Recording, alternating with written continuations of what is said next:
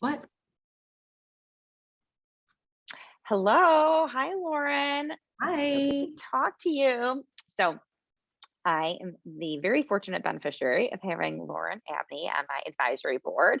Not only does she love tequila and all things wellness, but we get to share lots of amazing product finds and she has just great marketing perspective, which I need as far as messaging and branding, since that is definitely not my strong suit.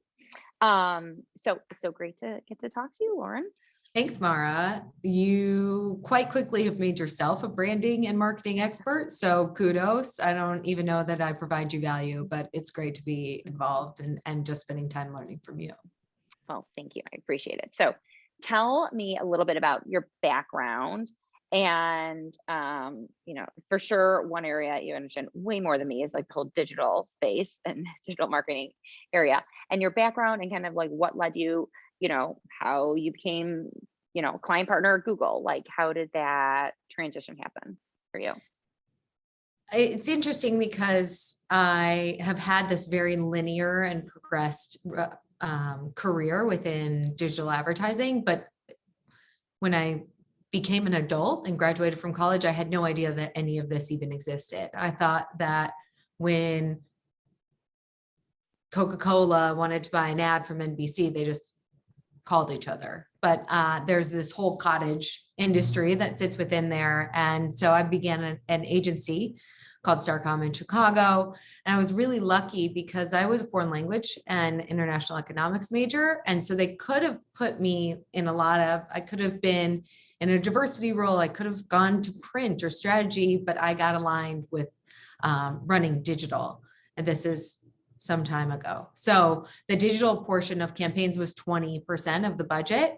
However, I'm super lucky that that's where I fell because I'm very analytical, love data, nerdy numbers, into all of that. I quickly understood though that I wanted to be on the other side of the business, and that was on the publisher side. I went and worked with bloggers, influencers, and creating custom content. And this is before that was commercialized in the way that it is. From there, moved to mobile ad tech, built identity solutions, really thought about technology and data, and ultimately ended up at Google. And Google's just, it is the mecca, but it also gives me the opportunity to learn about how big businesses grow.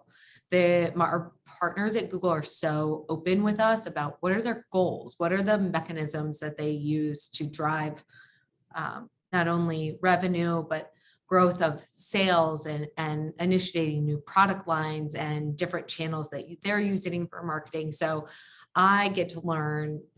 I'm not just there teaching them about Google products. I'm learning from them constantly. And so I think there's a valuable skill set that comes with exposure. And so having exposure to a new startup brand like Inspiro that is led through mission, and then also scaling that out to giant Fortune 100 companies to see, the infrastructure that it takes there.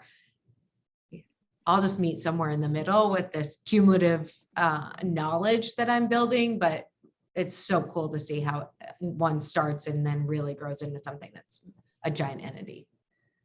And I feel like you have like so many different pieces though to your puzzle and things you're interested in. So I feel like you have that part, and I totally appreciate the analytical part. I don't understand the technology piece of it, but my background, I was like, an accounting major and then a lawyer. So the analytical part really resonates with me and being a numbers person.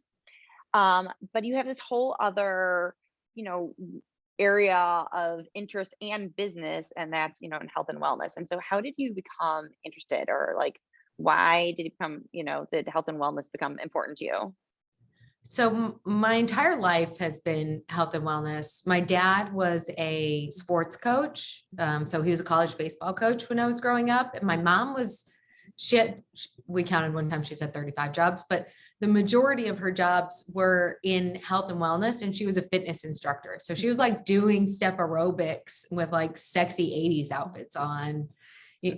when I was a kid, and I just would be in the gym watching. So I've always had exposure, and then I became an athlete myself. So I was on the track team at Kentucky, and while there wasn't like a huge focus on health, there certainly was on fitness.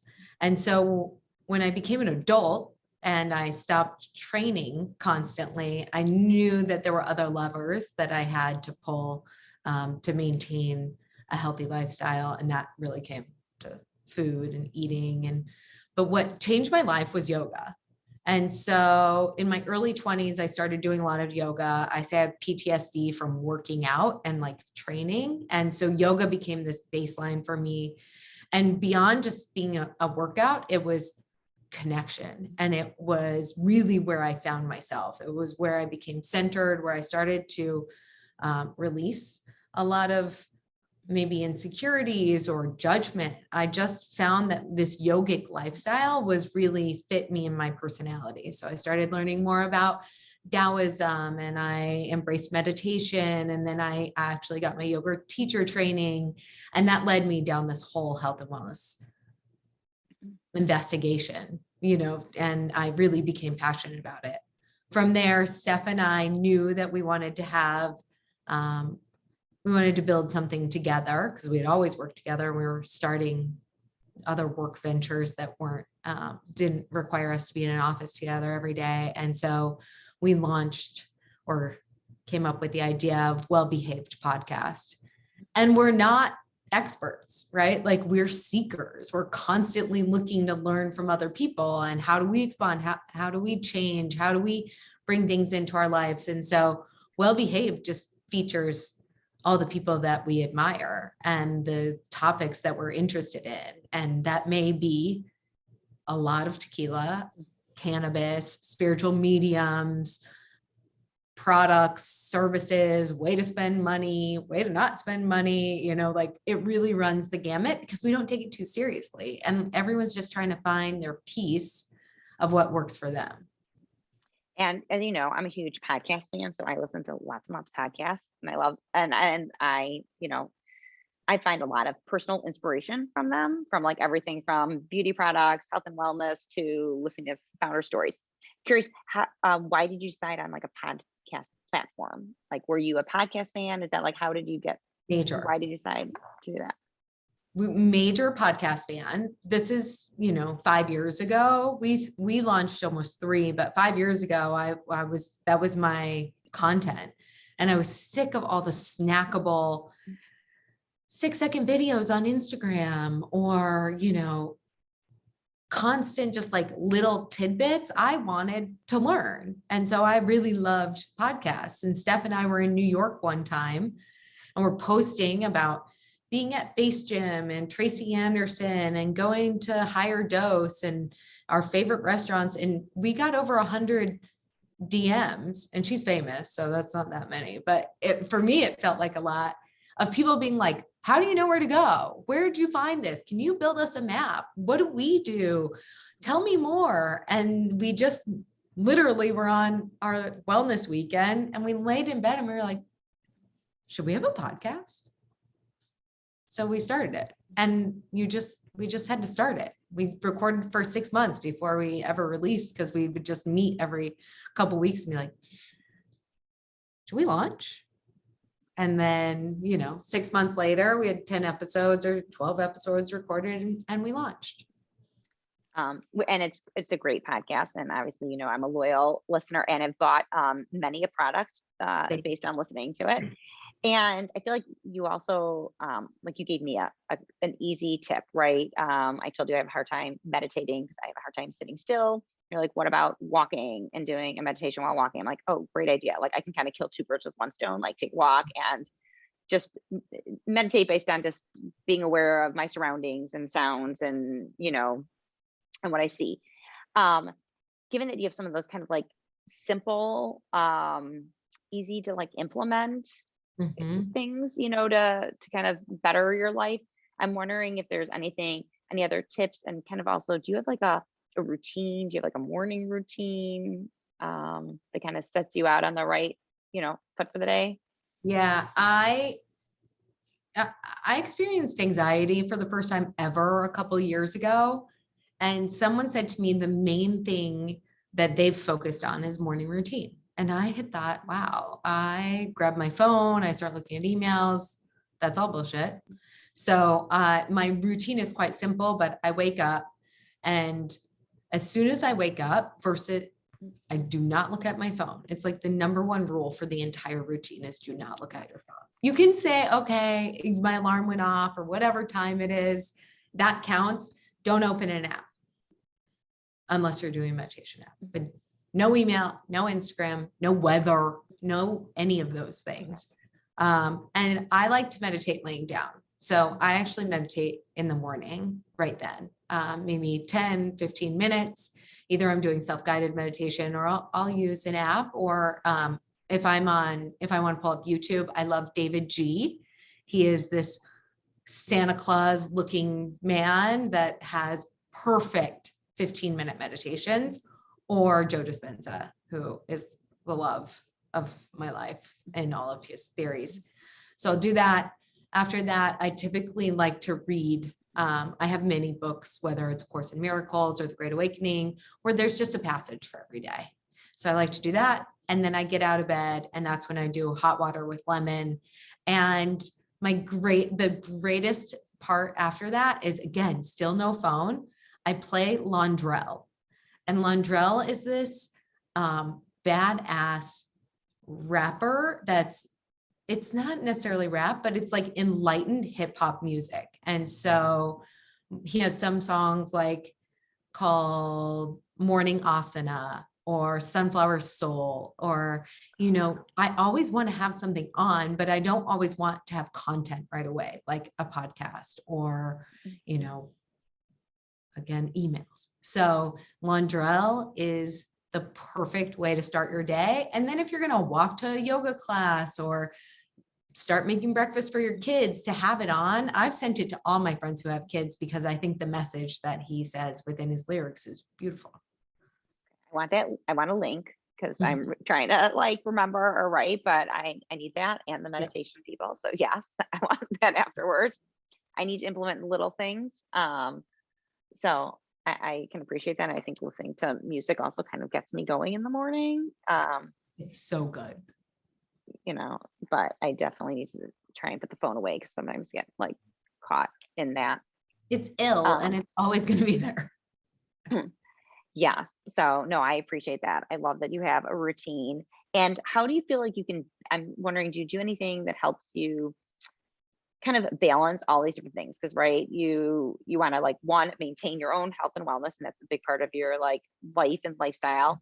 You have a business related to health and wellness and a podcast, and you have your other full-time job. Is there anything you do to try and balance all this and be more efficient with your time and fit it all in? Yeah. Well, fitness and moving my body is a non-negotiable, but it's in the morning. So if it was any other time, it wouldn't get done because priorities, or I start drinking tequila, or I get tired, or whatever. Everyone has an excuse. So I made myself a morning person so that I could get everything done. And then that way, the thing that was most important to me was never a question. You don't wake up and think, here's all the reasons I'm not going to go. I just go. So that's a non-negotiable. And then time blocking. So my days are set up in a way where I will have hours of meetings where I'm on calls, and that's a certain energy and attention level that I need. And then I have other times where I'm focused on doing deep work, and I really am the best at deep work in the morning. So I know that if I need to build a presentation, build an outline, really have thoughts, use my brain, I do that in the morning. And so time blocking is really, really important to me, because otherwise it's a call, then you have 30 minutes, which is actually 15 minutes. And what are you getting done in that time? I need all my calls in one time. I need deep work in one time, and I have to work out in the morning.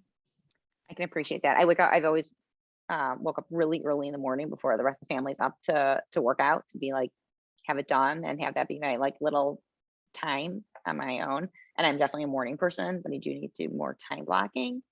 Because I agree that there's certain things that take a lot, like a really high level concentration, and I need to do those at the right time in the Right. day. If at 4 o'clock you're usually spent, don't save your important work for that time.